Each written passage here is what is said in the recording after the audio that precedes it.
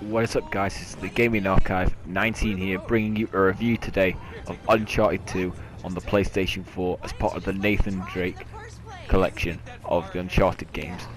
Now, of course, you'll all know that I posted my first video, which was, of course, of Uncharted 1, the review for that one, which is already up, and I'll leave in the link in the description in case you haven't watched it already.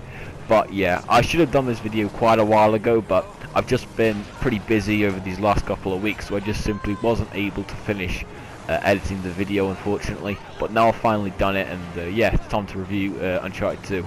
Now, the general consent is that Uncharted 2, by many, is seen to be the best game in the series.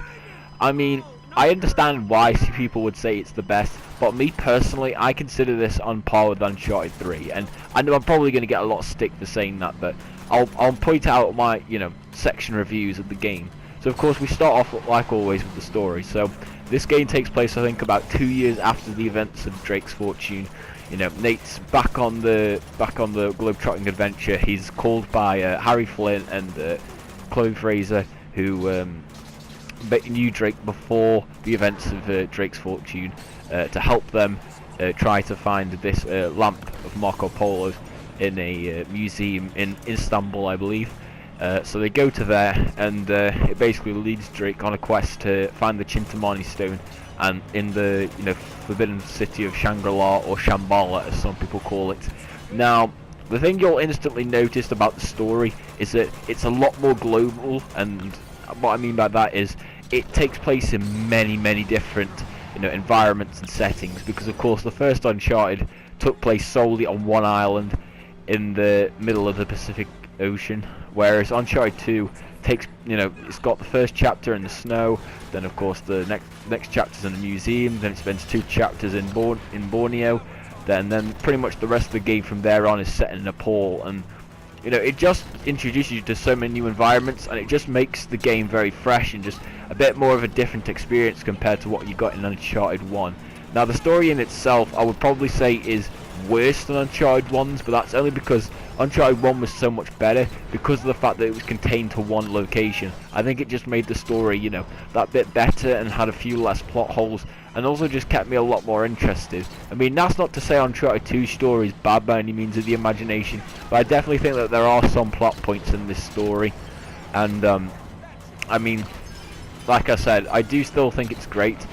I like some elements of the plot. Like the humor in this game, I find is at its best. I mean, some of the jokes in this game are admittedly pretty funny, and I did find myself laughing quite a lot, going back to this game and just remembering how funny some of these jokes were.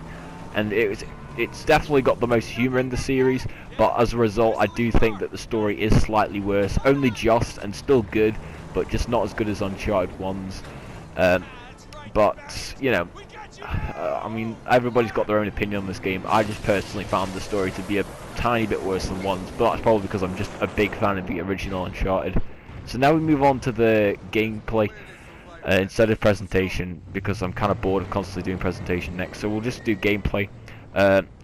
Unlike Drake's Fortune, Uncharted 2 has no real difference in gameplay. I mean, of course, like all the rest, they have the 2 new difficulties, which is, of course, the Brutal difficulty, which I'm yet to play, but I hear is pretty difficult, and Explorer, which is basically incredibly easy. They got the speedrun thing, but apart from that, that's pretty much it. There's nothing really different about this. I mean, the graphics and textures do look slightly better, but really they're not that much noticeable when you compare it to Uncharted 2, or at least that's what I found. I mean, the draw distance was a bit better, but that was about it. I mean, in terms of like the gameplay differences, there's no real differences here to the game that you will notice.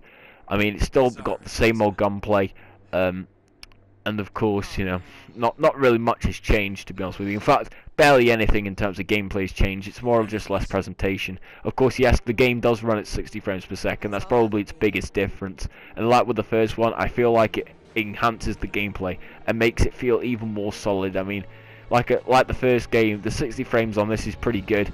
I didn't find it to be as stable in terms of its frame rate as the original. I don't know why that was, but hope if I do a bit of investigation, I'll probably end up finding out eventually.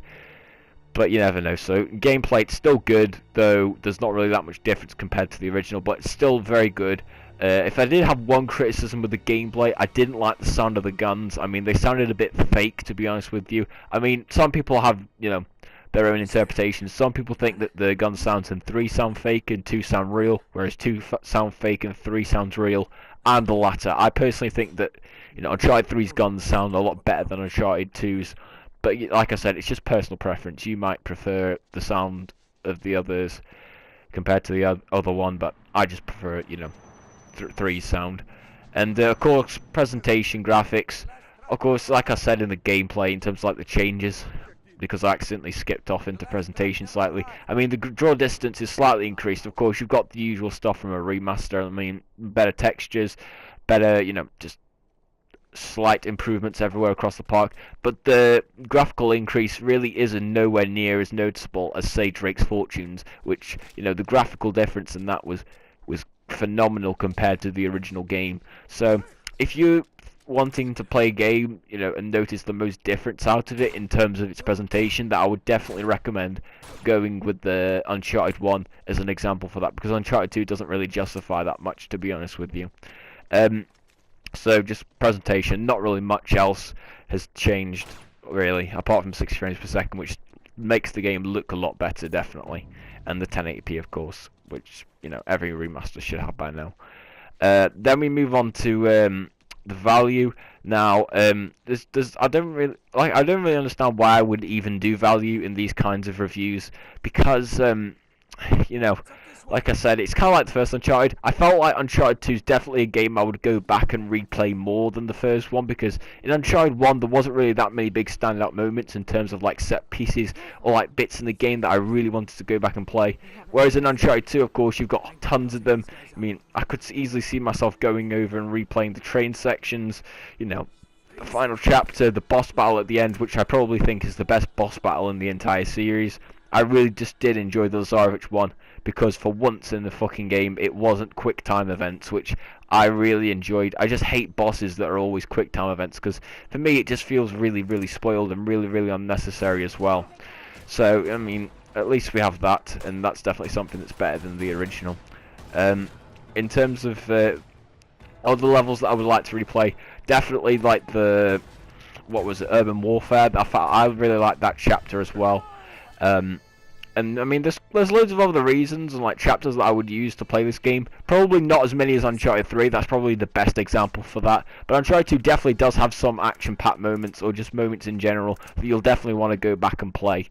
Of course, you got the 2 new difficulties that might add value to it. Me personally, it didn't really, because I beat this game in one playthrough, did the next one got to about chapter 5 and then platinum the game. So, I had no real reason to go back and play it, considering that, because of course, if you didn't know, the 2 new difficulties that are added on, Brutal and Explorer, you don't have to complete those in order to get the platinum. They're additional side-up trophies, which I find very nice, because at least it doesn't force it on you. But if you're a real Uncharted fan, it definitely may encourage you to go back and just replay it just to see what it's like.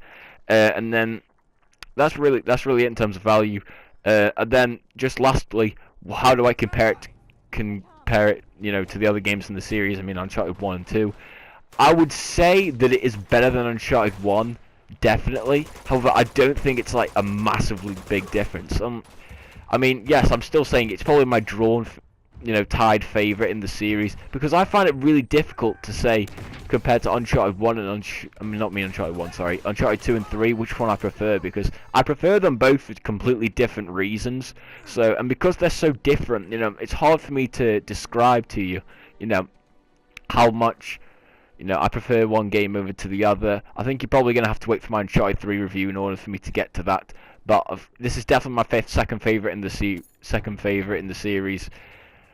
Or tied first. I mean, it depends, because every time I go back and play it, I'll say, oh, Uncharted 2's better, or no, when I go back and play the other one, it's like, oh no, 2's better, or 3's better, or 2's better, and I just can't honestly make my mind up. So, I'm going to have to beat all of Uncharted 3, because I'm only about halfway through it yet. I'm just going to go and beat that, and then make a review for that, so all of you guys can get a good idea of what I think of that game.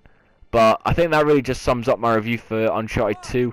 In terms of a score, I would definitely give this game If we were talking about this game back when I first got it, I would give it definitely a 10 out of 10. However, considering that, you know, this is me reviewing it now based on it comparing to other games, I would have to give it probably a 9.6 probably. It's definitely good, but definitely not a masterpiece when you look back at it now and you look at some of the flaws that the game has, but it's still a great game and definitely one of the best games of the last generation, of course. So, with that being said, I would like to thank you all for watching the video today. Please stick around, of course, for the Uncharted 3 PS4 review. And make sure you go ahead in the description and check out the review of Uncharted Drake's Fortune if you haven't done so already. But with that being said, I'd like to thank you very much for watching, and I hope to see you again next time.